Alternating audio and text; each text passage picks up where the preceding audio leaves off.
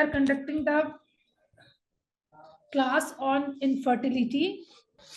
जो basic syllabus मैंने covered under the infertility, बंधत्वा क्या है, इनफर्टिलिटी क्या है और किस तरह से हम इनफर्टिलिटी को डिफरेंशिएट कर सकते हैं, इसको डायग्नोज कर सकते हैं। द लर्निंग ऑब्जेक्ट, इस क्लासेस में क्या क्या लर्निंग ऑब्जेक्ट रहेंगे। First is the known definition of the primary and secondary infertility, how we can differentiate the primary infertility and the secondary infertility, understand the cause of infertility, know the initial investigation। जब first time हमारे पास couple complaints लेके आता है तो कौन कौन सी investigation हमें करवानी है, उसके क्या क्या पॉजिटिव फैक्टर्स रह सकते हैं, क्योंकि इनफर्टिलिटी में पॉजिटिव फैक्टर जो है इन ब्रीफ हम देख सकते हैं। ट्यूबल फैक्टर्स भी हो सकता है, ओवेरियन फैक्टर भी हो सकता है, यूट्रस में uterus is also the factor, कोई फाइब्रोइड है उसकी वजह से इनफर्टिलिटी कॉज हो रही है। देयर में भी the hormonal changes, TSST FSH के लेवल में कुछ प्रॉब्लम्स हो रही हैं। There is a lot of factors for the infertility. First in the first visit we have to see that the initial investigation for the infertile couple, then test for ovulation, हमें कौन कौन से test जो है वो ovulation के लिए करवाना है। Test for the tubal potency के लिए कौन सा टेस्ट लेना है, investigation rule of laparoscopic.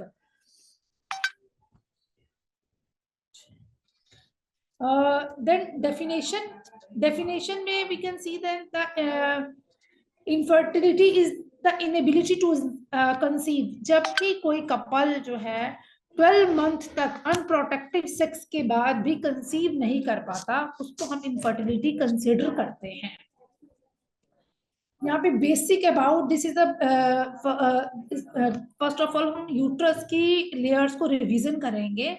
That the uterus की 3 लेयर्स हैं। First is the endometrium, myometrium and जो सबसे अंदर की लेयर रहती है that is the endometrium. Endometrium के बाहर की लेयर जो है that is the myometrium. This is the fundus of the uterus. Lower part is known as the cervix of the uterus and inside is the body of the uterus. जब भी ovum जो है वो secrete होता है, वो ovary से secrete होता है। ओवेरियन के स्ट्रक्चर को आप देखेंगे, ओवेरियन के स्ट्रक्चर में जो बाहर पार्ट है दैट इज ए ओवरी, इसके बिल्कुल अंदर का पार्ट जो है that is the ovarian cortex और ओवेरियन मेडुला। ओवेरियन पार्ट को डाइसेक्टिंग वे से 2 पार्ट में डिवाइड किया जाता है। बाहर का पार्ट है that is the cortex and inner part is the medulla. Next tubal part को अगर हम देखते हैं, यूट्राइन फेलोपियन ट्यूब। जब पेशेंट हमारे पास HSG करवा के आता है तो देयर में भी ये कौन से पार्ट पे उसका ट्यूबल ब्लॉकेज आया है, या उसमें कई बार we can see that there is a जो हमारा HSG है उसकी रिपोर्ट पे कौन से पार्ट पे उसका ट्यूबल ब्लॉकेज आया है। So we have to get the idea. First part is the infundibulum, जहां पे फिंगर लाइक प्रोजेक्शंस रहती हैं और direct attach to the ovaries रहता है। यहीं से हमारा ओवम जो है वो मूव करेगा। जैसे ही ओवम रप्चर होता है तो फिम्ब्रिल एंड जो है इसको ग्रास्प करता है और ये मूव कर जाता है टुवर्ड्स द यूट्रस की तरफ। सेकेंड पार्ट जो आता है that is the ampulla. Ampulla second part of the fallopian tube है। फेलोपियन ट्यूब को ना 4 पार्ट्स में डिवाइड किया जाता है। First is the ampular part, first is the infundibulum, second is the ampulla part, third is the isthmus, and next is the intramural part. Middle part is the fundus part है। Next अगर हम इसके outer section की तरफ देखते हैं तो कौन कौन से लिगामेंट जो है वो अटैच रहते हैं जो हमारे ओवरी को फेलोपियन ट्यूब्स के साथ और बैक पे सपोर्ट देते हैं ताकि यूट्रस जो है वो एक पोजीशन पे रहे। First is the sensory ligament of the ovary. Sensory ligament of the ovary जो जस्ट बिहाइंड द ट्यूबल के नीचे रहता है। Next is the fimbrial end. इसके बाद हम देखेंगे 2 लेयर ब्रॉड लिगामेंट्स जो है that is the 3 broad ligaments. First is the meso ovarian ligament, just ovaries के ऊपर ये मीजो ओवेरियन लिगामेंट है, ब्रॉड लिगामेंट रहता है जो अटैच करता है ओवरीज के साथ। नेक्स्ट ये सर्जिकल एनाटॉमी है, जब भी कोई सर्जरीज हमें परफॉर्म करनी then we have to get the idea of all this things. But अगर आप इनफर्टिलिटी या उत्तर बस्ती कुछ और भी प्रोसीजर्स देना चाहते हैं पेशेंट्स को तो आपको बेसिक एनाटॉमी, बेसिक फिजियोलॉजी का आइडिया होना चाहिए। Then next is a mesosalpinx. Salpinx इसके लिए बोला जाता है बिकॉज द थिंग जो जस्ट डाउन हमारे रे फेलोपियन ट्यूब से बिल्कुल नीचे जो होती है दैट इज अ मीजोसाल्फिनेक्स। देन मीजोमेट्रियम, मीजोमेट्रियम जो है ये अटैचमेंट्स करता है lower part of the uterus को, यूट्रस को ओवरीज के साथ अटैचमेंट करेगा, इसको मीजोमेट्रियम कहा जाता है। Next is the round ligament of the uterus, round ligament जो है ये यूट्रस के लेटरल साइड से मूव करेगा, और this is the round ligament, जो just ligament you can see that this is a round ligament जो यूट्रस के लेटरल साइड से निकल रहा है, यूट्रोवेसिकल लिगामेंट्स। नेक्स्ट आप dissected way of the uterus पे आइए। जब भी हम पीवी करते हैं, पर विजाइनल एग्जामिनेशन करते हैं पेशेंट का, that first part is a labium minus, फिर vagina and internal os, external os, इसके बीच का जो स्पेस रहता है दैट इज द सर्विक्स। अब जब when we have to see the patient का जो फ्रंट पोर्शन है that is the ovary, ovary का पार्ट जो है that is attached with the fallopian tubes के साथ अटैच रहेगा, और यूट्रस के डाइसेक्टेड वे पे upper part is the fundus of the uterus, mid part is the body of the uterus. जब भी इन्वेस्टिगेशंस करनी है हमें पेशेंट की, तो हमें लिथोटॉमिकली पोजीशन पे इन्वेस्टिगेट किया जाता है। नेक्स्ट हम देखेंगे प्राइमरी इनफर्टिलिटी क्या है। Primary infertility is the term used to describe the couple that never been able to conceive the 1 year, जब 1 साल तक अनप्रोटेक्टिव सेक्स के बाद भी कंसीव नहीं कर पा रहा है couple, that is a primary infertility.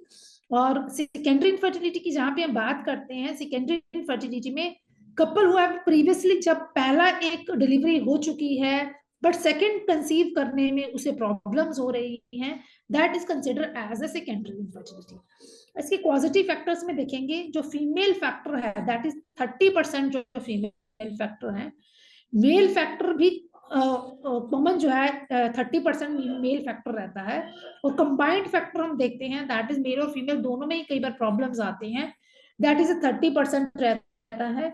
और नो कॉजेज, कोई भी कॉज के, समटाइम पेशेंट्स इस कंडीशन में हमारे पास आते हैं, उसका जैसे रेगुलर ओपीडीज में we can see the patients, मैं कुछ केस स्टडीज भी आपको पेशेंट्स के दिखाऊंगी उसके बाद में। पेशेंट को अगर आपने सारी इन्वेस्टिगेशन जो है उसकी नॉर्मल है, हस्बैंड की सारी स्पर्म काउंट भी नॉर्मल है, but they are not able to be conceive, वो कंसीव नहीं कर पाते। देखिए आयुर्वेदा में कई तरह की चिकित्सा का बारे में दिया गया है, देव व्यपाश्य चिकित्सा, युक्ति व्यपाश्य चिकित्सा, सत्ववज्य चिकित्सा, निदान परिवर्जन चिकित्सा, ये दीज ऑल पैरामीटर्स है जिसके अकॉर्डिंग हम पेशेंट का ट्रीट करते हैं। निदान परिवर्जन के लिए आप इन्वेस्टिगेशंस कराएंगे, उसका ट्यूबल ब्लॉकेज है, उसका एग रप्चर नहीं हो रहा है, proper formation of the egg नहीं है, फाइब्रॉइड है, या उसके हार्मोनल डिसबैलेंस हो रहा है, दैट इज अ निदान। अगर पेशेंट का निदान जो है वो नॉर्मल है और पॉजिटिव फैक्टर नहीं है, बट वी हैव टू सी, जब हम उसकी प्रगति एनालिसिस करते हैं, वात पित्त कफ के प्रगति एनालिसिस करते हैं, देन हम जब उसकी दशा विधा परीक्षा करते हैं या उसकी मेनार्की की हिस्ट्री लेते हैं, तब अभी वी कैन सी दैट कि कई पेशेंट्स में होता है कि स्टार्टिंग में जब पीरियड्स आया तभी से उनको डिलेड पीरियड हो रहा था, या पीरियड के दौरान बहुत ज्यादा पेन था बच्चियों को, और बाद में वो कंसीव नहीं कर पाई, बिकॉज आचार्यस ने भी यहाँ साफ साफ मेंशन किया है बुक्स रेफरल में, रजस्वलाचार्य अध्याय में, जब फर्स्ट टाइम मिनार्की होता था तो उस टाइम बहुत चीजों का ध्यान रखा जाता था, फीमेल्स को उनको रेस्ट एडवाइस किया जाता था, और कोई ज्यादा वर्कहॉलिक काम नहीं दिया जाता था।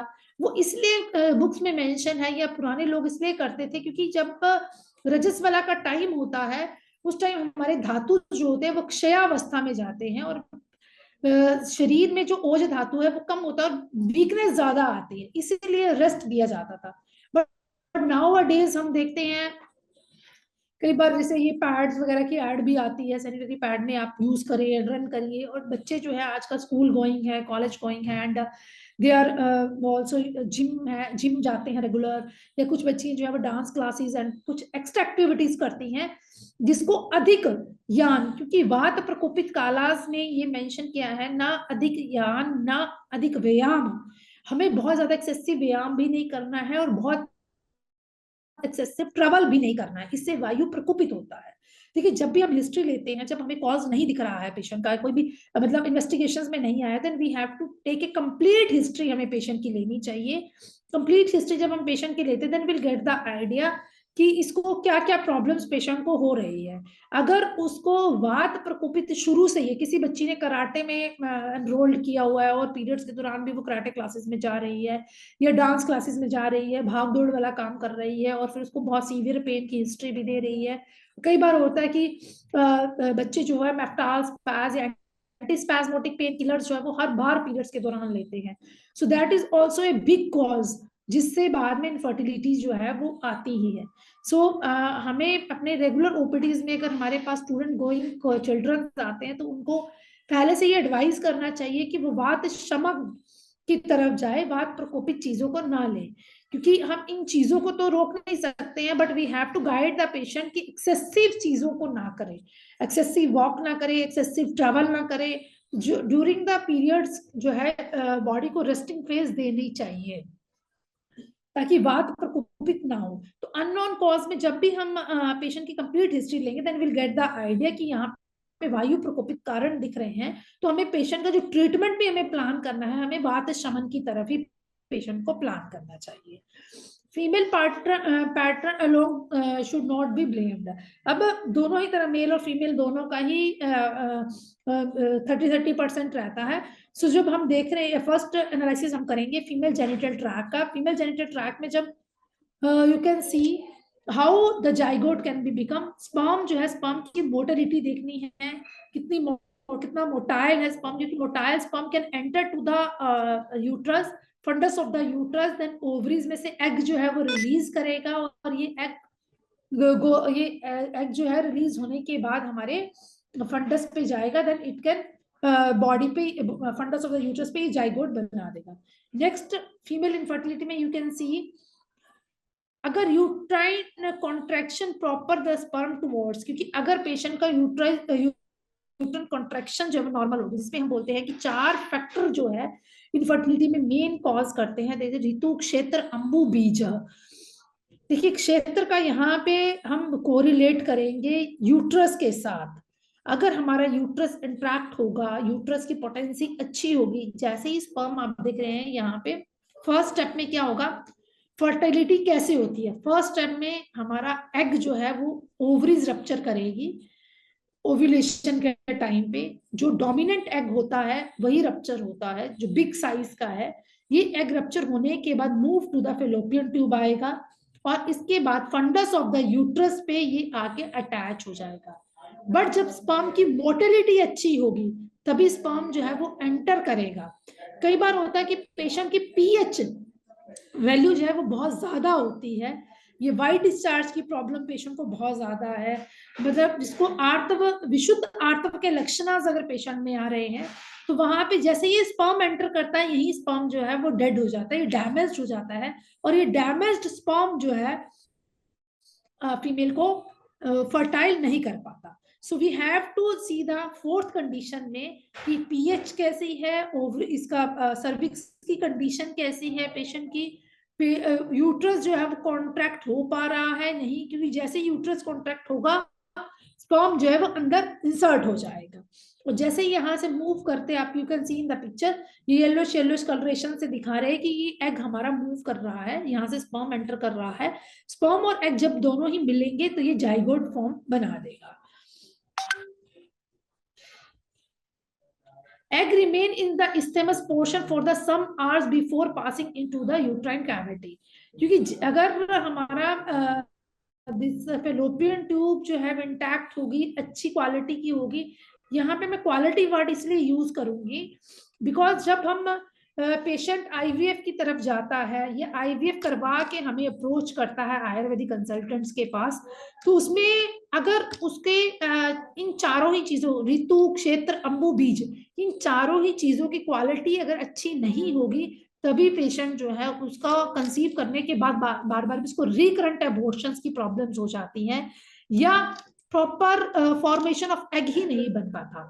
तो इसीलिए वी कैन सी दैट कि जो हमारा एग की क्वालिटी है it should be a good, अच्छी क्वालिटी का एग होना चाहिए, डोमिनेंट एग जो है वो मतलब अच्छी क्वालिटी का होगा, क्योंकि जब एग मूव करेगा कुछ टाइम के लिए वो एग जो है हमारे इस्तेमस पार्ट के ऊपर रहता है, तब जब तक उसको स्पर्म कैच नहीं करता। तो इन कंडीशंस में हमारी जो ट्यूबल इंटेंसिटी है वो भी अच्छी होनी चाहिए। अगर ट्यूब हमारी अच्छी होगी, इंटैक्ट होगी और ट्यूबल की पोटेंसी अच्छी होगी तो वो एग जो है वो इजीली हमारा मूव कर सकता है। Now in the next slide you can see that showing the common cause of the infertility. हम पहले इनफर्टिलिटी के मेन कॉमन कॉजेस को देखते हैं।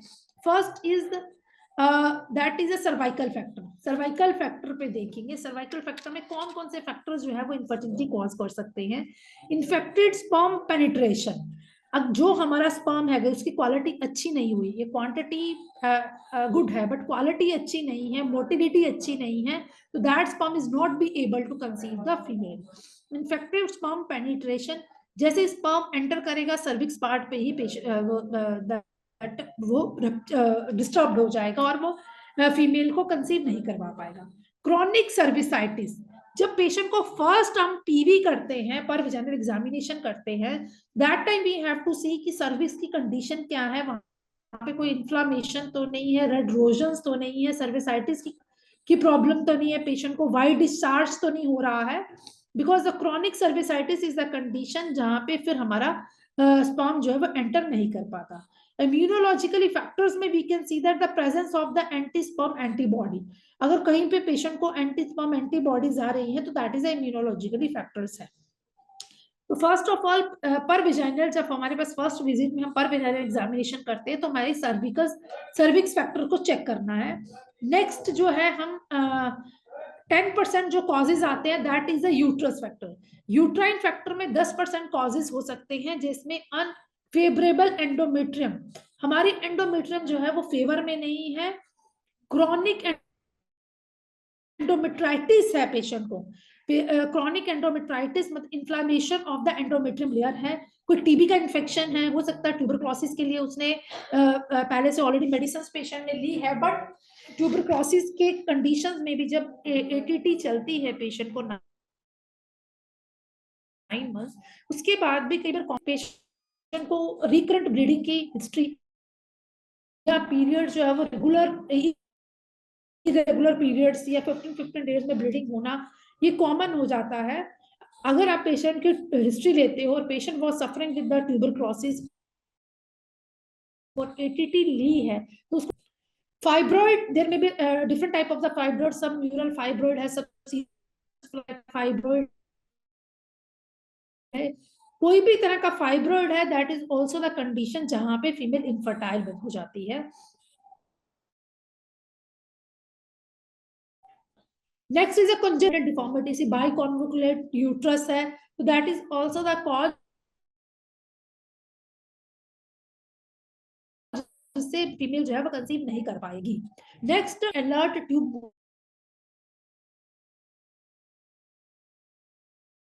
Motility, motility tube ovarian factor में हम जाते हैं तो ओवेरियन फैक्टर में first is disovulation. Ovarian factor में 30 to 40% केसेस, मैं तो अब बोलूंगी कि अभी 60% जो हमारे पास केसेस रेगुलर ओपीडीज में आते हैं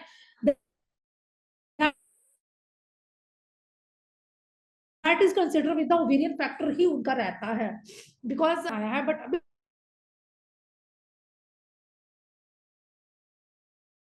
WHO के अकॉर्डिंग एवरी 2% पे हमें, एवरी रिसर्च इन में हमें 1 से 2 पेशेंट जो है वो पीसीओडी के दिख रहे हैं, polycystic ovary disease in local people. तो बच्चियों को जो निदान मैंने आपसे डिस्कस किया, जो अभी लेटेस्ट रिसर्च आई है वो यही बता रही है कि जो निदान परिवर्जन चिकित्सा जब हम देते हैं या पेशेंट को जो निदान आ रहे हैं, हम इनफर्टिलिटी के केसेस को जितने को भी डील कर रहे हैं, आप जब भी पेशेंट को चेक करेंगे वहां पे हमें ओवेरियन फैक्टर जो वो बहुत ज्यादा अभी कंसिडर किया जा रहा है।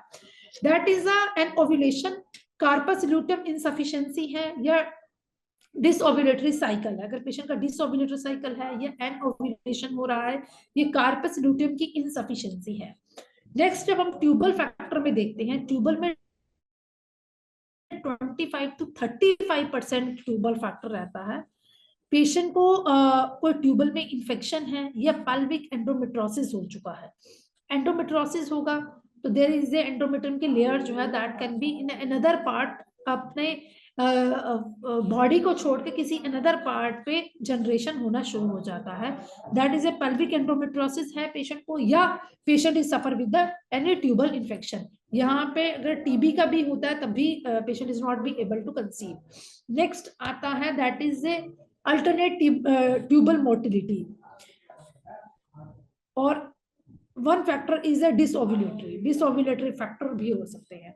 सो there is a female infertility की जो मेन फैक्टर है that is the ovarian factor, tuber factor, uterus का फैक्टर, सर्विक्स का फैक्टर हो सकता है, and pelvic causes of the pelvic causes that is due to the endometriosis की वजह से भी patient is not be able to conceive। और जनरल फैक्टर्स में हम डिस्कस करेंगे, अगर पेशेंट को डायबिटीज है, फर्स्ट विजिट पे हमारे पास पेशेंट विजिट कर रहा है और patient is having a diabetes, वो कुछ एंटी डायबिटिक इंसुलिन ले रहा है या एंटी डायबिटिक ड्रग्स ले रहा है। Second, thyroid disorder, everybody knows that कि थायराइड T3 T4 TSH इन तीनों ही चीजों को हमें असेस करना है। Thyroid is a secondary cause जिससे इनफर्टिलिटी हो सकती है। एड्रीनल डिजीजेस होंगे पेशेंट को तब भी इनफर्टिलिटी को सफर करेगा।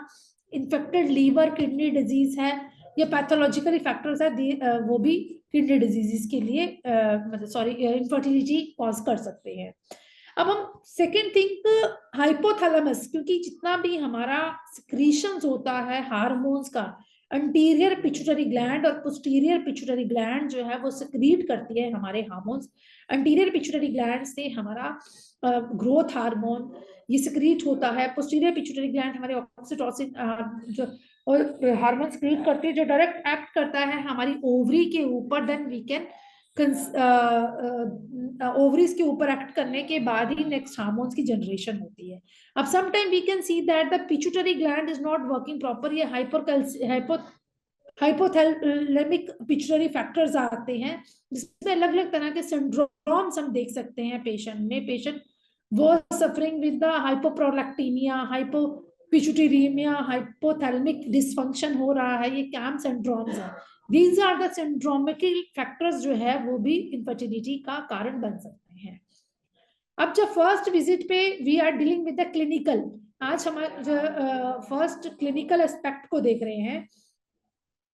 पेशेंट जब हमारे पास फर्स्ट विजिट पे आता है is having a suffering with the primary and secondary infertility, तो हमें किस किस तरह से उसका इन्वेस्टिगेशंस करना है। First, have both come to all the visit. जब भी हमें पेशेंट को, अगर हमारी कॉल पे बात होती है, ये patient wants to take a appointment, tell them कि वो हस्बैंड वाइफ दोनों ही आए। सिंगल पेशेंट को, अगर वाइफ आ रही है, सिंगल को आप ट्रीट नहीं कर सकते, एंड वो पेशेंट को प्रॉपर काउंसलिंग भी नहीं हो पाती। तो फर्स्ट विजिट में अगर आप अपॉइंटमेंट्स ले रहे हैं तो यू शुड टेल देम कि both husband and wife should be come together. Get a complete history, हमें पेशेंट की मिनार्की से कंप्लीट हिस्ट्री लेनी चाहिए ताकि we can get the assessment की प्रॉब्लम्स कहाँ से हो रही हैं। कई बार पेशेंट जो होते हैं बहुत शाय होते हैं, ओपनली डॉक्टर से भी बात नहीं कर पाते, बताना नहीं चाहते। कई बार उनकी sexual history we have to take कि पेशेंट रेगुलर सेक्स करता है, कॉन्टिन्यूस है। कई बार होता है कि patient use to do daily, तो उसमें क्या है ओजोक्षया के लक्षण आ जाते हैं, फिर स्पर्म की क्वालिटी बहुत डाउन हो जाती है। तो हमें पेशेंट की सेक्सुअल हिस्ट्री जो है प्रॉपरली लेनी चाहिए, क्योंकि क्लासिकली रेफरेंस से भी 3 to 4 डेज का टाइम जो होता है वो पेशेंट को बीच में देना चाहिए ताकि जो स्पर्म की क्वालिटी है उसको मेंटेन किया जा सके। अगर पेशेंट इनफर्टाइल है तो उसमें हमें उसको सेक्सुअली गाइडलाइन कंप्लीट देनी पड़ेगी कि उसको अपना जब भी वो इंटरकोर्स करता है 3 to 4 डेज का गैप लेके चले। पीरियड्स आने, पीरियड्स में कोई भी रिलेशंस नहीं बिल्ड करना है, और ओव्यूलेशन का टाइम उसको प्रॉपर एक्सप्लेन करना है कि ओव्यूलेशन के टाइम पे ही उसको रिलेशन बिल्ड करना है। समटाइम क्या होता है कि there is a no cause, कोई कॉज नहीं होता, पर पेशेंट को प्रॉपर गाइडलाइन ही नहीं मिलती है कि उसको आपस में उसको रिलेशन का बिल्ड करने हैं। सो इन सेक्सुअल हिस्ट्री में we have to take the history complete, then उसको गाइड करना है कि ओव्यूलेशन का टाइम कौन सा है। उसके लिए जो उसका LMP है उसको कैलकुलेट करेंगे। LMP में हम 14 डेज, क्योंकि आचार्य सुश्रुत ने माना है इसको 12th दिन, 12वां दिन इस ऋतुकाल ऋतुचर्या के अकॉर्डिंग। तो जब हम उसको पेशेंट को एडवाइस करेंगे तो उसको 14 to 15th डे ओव्यूलेशन के टाइम पे रेगुलर रिलेशन बिल्ड करने के लिए बताएंगे। उससे पहले 4 to 5 डेज जो है वो रिलेशन ना बिल्ड करें, ताकि उसके स्पर्म की क्वालिटी को हम इंक्रीज कर सके। Next is the educate and counselling. Patient को फर्स्ट विजिट में प्रॉपर एजुकेट करना पड़ता है और उसकी प्रॉपर काउंसलिंग, हस्बैंड वाइफ की काउंसलिंग करनी है, क्योंकि sometime patient can go to different different doctors, बहुत सारे डॉक्टर से मिलके आते हैं, वो मेंटली भी डिस्टर्ब होता है पेशेंट, फिजिकली भी डिस्टर्ब हुआ होता है, कोई प्रोसीजर्स अगर उसके हुए हैं, नेक्स्ट उसने हार्मोन्स पिल्स ली हैं तो बॉडी का फिनोमिना भी वो डिस्टर्ब हुआ होता है। और समटाइम पेशेंट्स आईवीएफ या कुछ ऐसे प्रोसीजर्स ऑलरेडी करवा चुका है तो उसका फाइनेंशियली भी बहुत डिस्टर्ब होता है। तो उस कंडीशन में we have to educate the patient, proper उसकी काउंसलिंग करेंगे, उसकी इकोनॉमिकल स्ट्रक्चर को देखते हुए, because we have to treat the patient in all aspect. तो उसका इकोनॉमिकल स्ट्रक्चर आप पेशेंट का देखिए, उसकी मेन कंप्लेंट्स को समझिए, according to that we can plan the patient कि क्या positive factor and how we can treat. Next, जब भी हम फर्स्ट विजिट पे असेसमेंट करेंगे, हम पेशेंट की first of all Pragati analysis करेंगे। देखो, प्रगति एनालिसिस में वात पित्त कफ 3 प्रगति रहती है।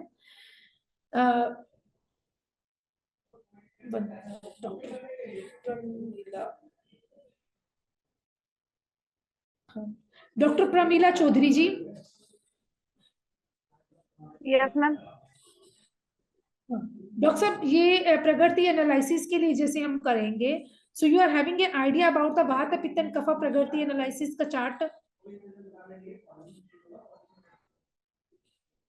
Do you have any idea about, जैसे इनिशियली असेसमेंट हम करते हैं पेशेंट की, तो इनिशियली असेसमेंट में हम पेशेंट का प्रगति एनालिसिस करेंगे first of all Ayurvedic concept से। जब भी हम गायनेकोलॉजिकल ओपीडी को कंसिडर करते हैं, ऑलरेडी जैसे आप प्रैक्टिस कर रहे हो, उससे हम we have to do the little bit of difference. हमने काउंसलिंग करने से पहले पेशेंट का एनालिसिस करना है कि उसकी प्रगति कौन सी है, वात प्रगति है, पित्त प्रगति है, कफ प्रगति है। Just I want to ask कि आपको आइडिया है वात पित्त कफ प्रगति का? Yes ma'am. सो वात प्रगति की कंडीशन में हम क्या क्या असेसमेंट कर सकते हैं? जैसे पेशेंट हमारी ओपीडी में जैसे एंटर कर रहा है रूम में, सो हम क्या क्या चीजें देखेंगे कि उसको पेशेंट को वात प्रगति, उसकी पित्त प्रगति है, कफ प्रगति है? Ma'am, regarding to lower abdominal part, the pain and like the flow of the menses and all of that things are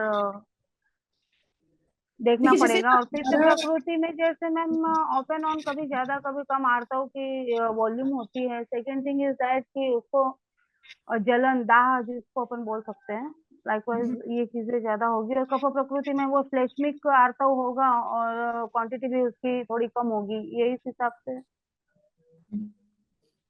देखिए, जब हमारे पास फर्स्ट कॉल ही अगर आता है पेशेंट का, तो हमारी इन्वेस्टिगेशंस या हमारा जो डायग्नोस्टिक है वहीं से हमारा स्टार्ट हो जाता है। पेशेंट जब बताता है कि I want to meet you doctor, क्योंकि मुझे इनफर्टिलिटी का प्रॉब्लम है या मुझे ये प्रॉब्लम्स होती है, तो मेरे को आपकी अपॉइंटमेंट चाहिए।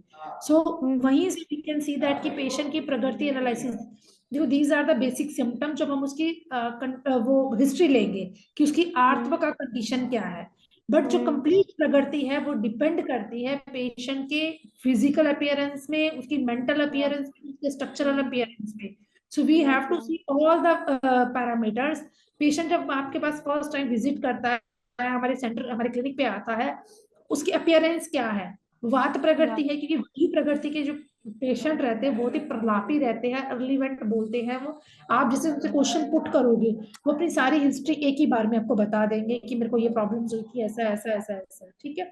वो लोग, उन लोगों की वात प्रकृति वाले की कॉन्स्टिपेशन की हिस्ट्री बहुत ज्यादा रहती है, क्योंकि अगर हम उसका अपान वायु सही नहीं करेंगे तो भी हम प्रॉपर ट्रीटमेंट पे नहीं जा पाएंगे। तो इसके लिए we have to see the condition of the patient, उसके दोषास की अवस्था क्या है, उसके धातुस की अवस्था क्या है, ओज की अवस्था क्या है। क्योंकि जब पेशेंट को वात प्रकृति का पेशेंट है, उसको डील करेंगे तो हमारा ट्रीटमेंट अलग रहेगा, जब पित्त प्रकृति को डील करेंगे तो हमारा ट्रीटमेंट अलग रहेगा, और कफ प्रकृति में हमारा ट्रीटमेंट अलग रहेगा।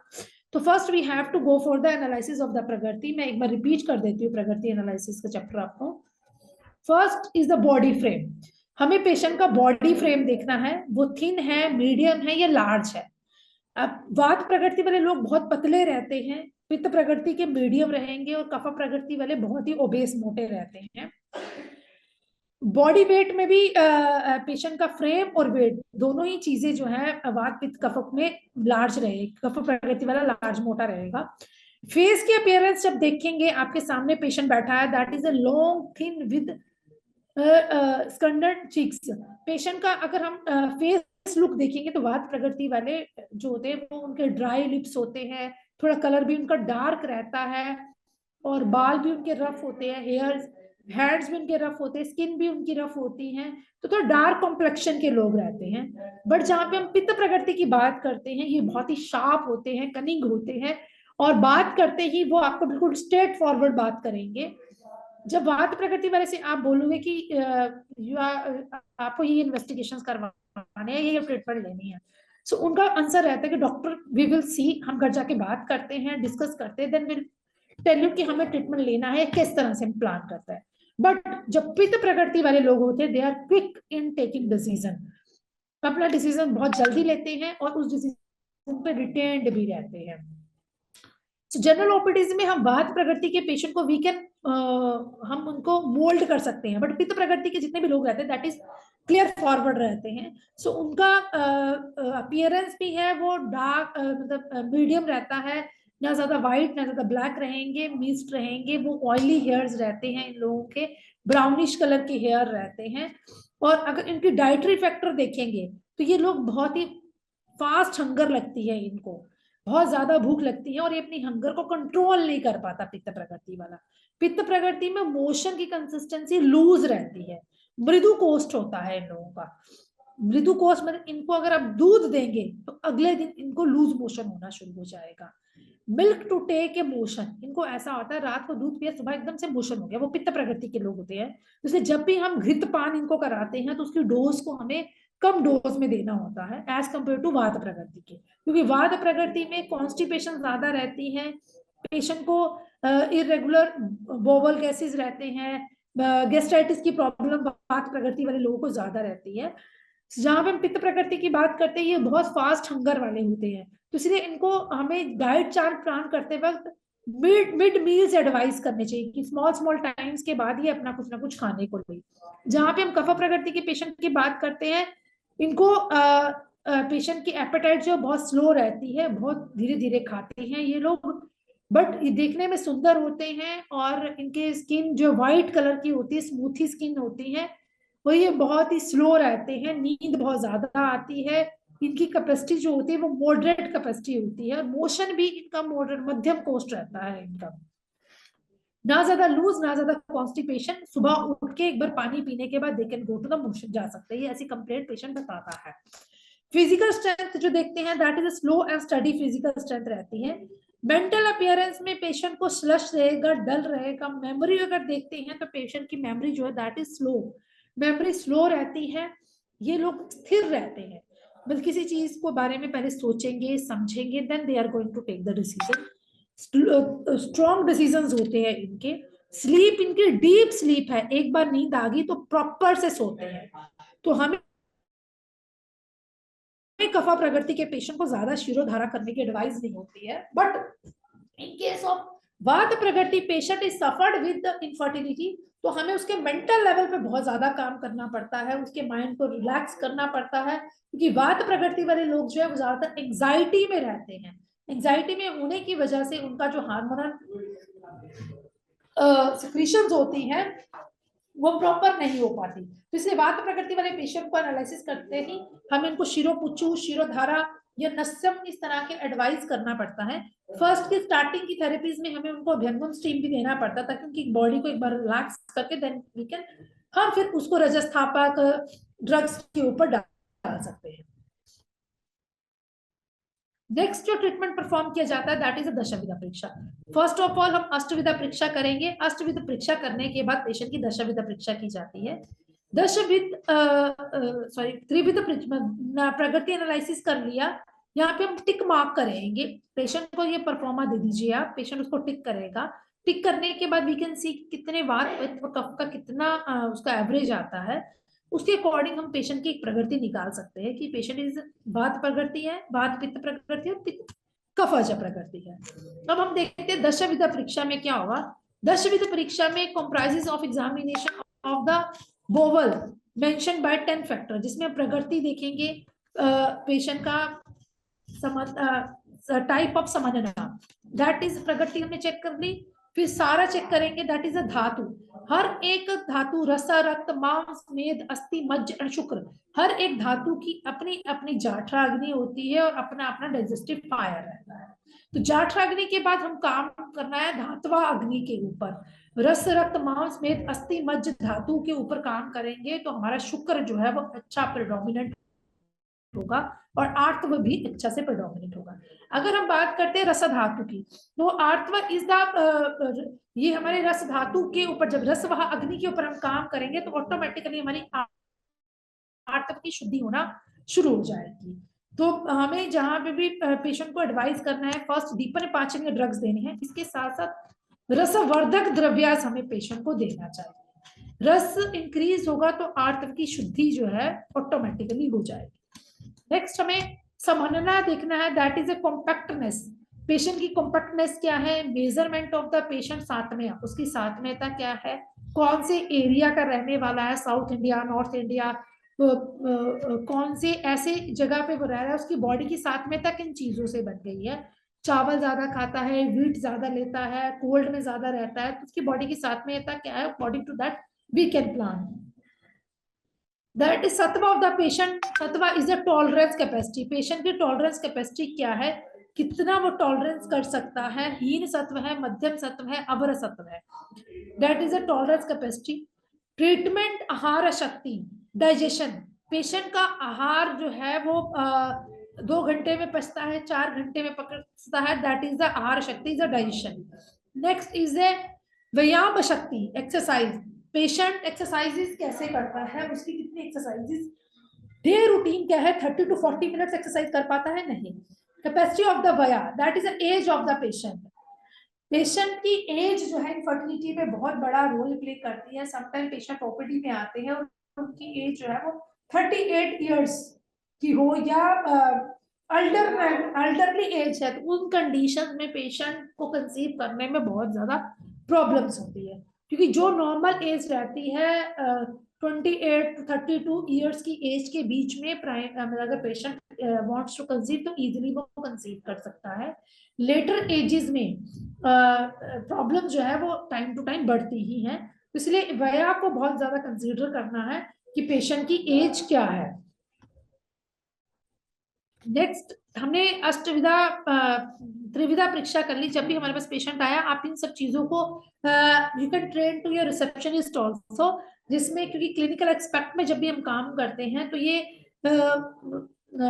दिस डाइट चार्ट अगर पेशेंट को देना है, ये डाइट एनालिसिस वो क्या क्या ले रहा है वो रिसेप्शन पे ही उसका एनालिसिस किया जा सकता है। बिकॉज जब NABH के अकॉर्डिंग अगर आप किसी भी सेंटर को रन कर रहे हो तो कुछ इनिशियली असेसमेंट के प्रॉपर पैरामीटर गवर्नमेंट ने दिए हैं, वो पैरामीटर जो